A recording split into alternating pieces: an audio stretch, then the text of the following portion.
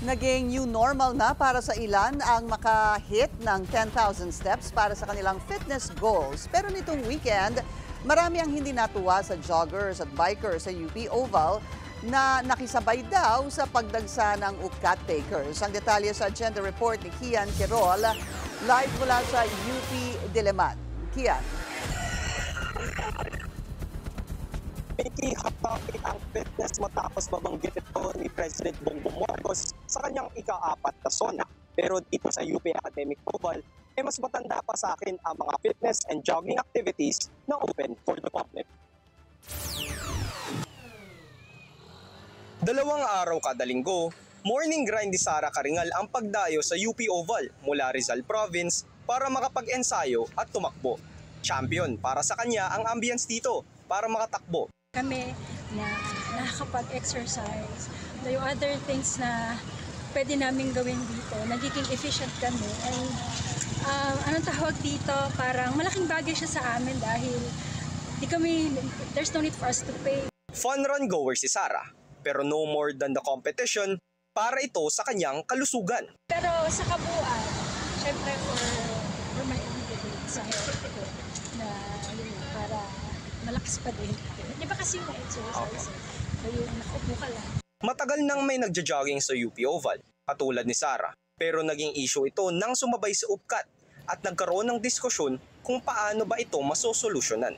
Sabi ng ilang UP student, maging mindful, lalo tuwing may upkat like last week. Well, it's open naman for all people outside students for it to be a an area to work out. Tingin ko kailangan may limit pa rin talaga.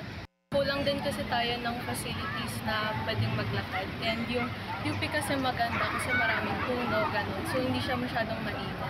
So parang maganda nga rin na mag-focus ng mga areas para mas ma-encourage yung mga Pilipino na mag-exercise. Nabanggit ng Pangulo sa kanyang SONA na dapat magbukas ang mga lungsod ng mga parks at plaza para sa mga nais na mag-ensayo sa labas. Magpatupad tayo ng mga car-free Sunday tulad ng ginagawa sa ilang lungsod na dito sa Metro Manila, sa Baguio, sa Cebu, pati sa Iloilo at Davao.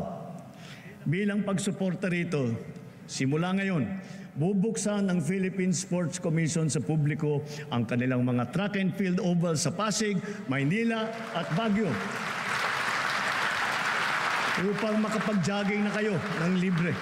Ilang mga netizen ang nagsasabi na issue ng bansa ang kakulangan ng pasilidad para makatakbo ng maayos at ligtas ang publiko. Para kina Al Christian at Veronica, magbibigay pa ito lalo ng mga oportunidad sa publiko para makapag-ensayo at magkaroon ng work-life balance katulad sa ibang bansa. Para sa everyday lives natin, lalo dito sa Manila, di ba, super congested ng traffic and parang surrounded talaga tayo sa mga big buildings, especially lalo na dito sa Manila, sobrang daming malls. If you're going to compare some other countries, makikita mo na sa kanila may mga sidewalk, merong mga talagang place to run. Hindi katulad dito na parang kailangan mo pumunta sa isang lugar para makatakbo.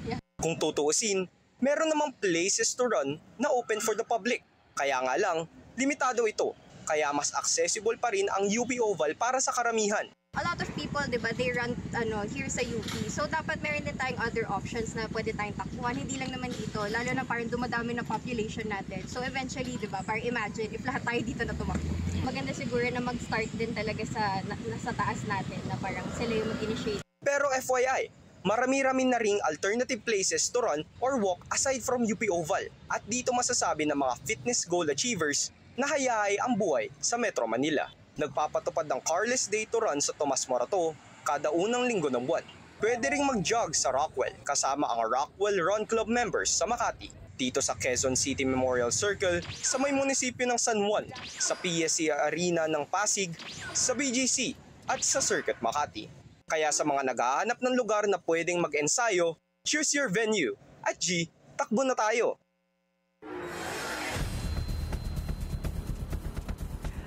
Maraming salamat sa iyo, Kian Quirol, live mula dyan sa UP Diliman.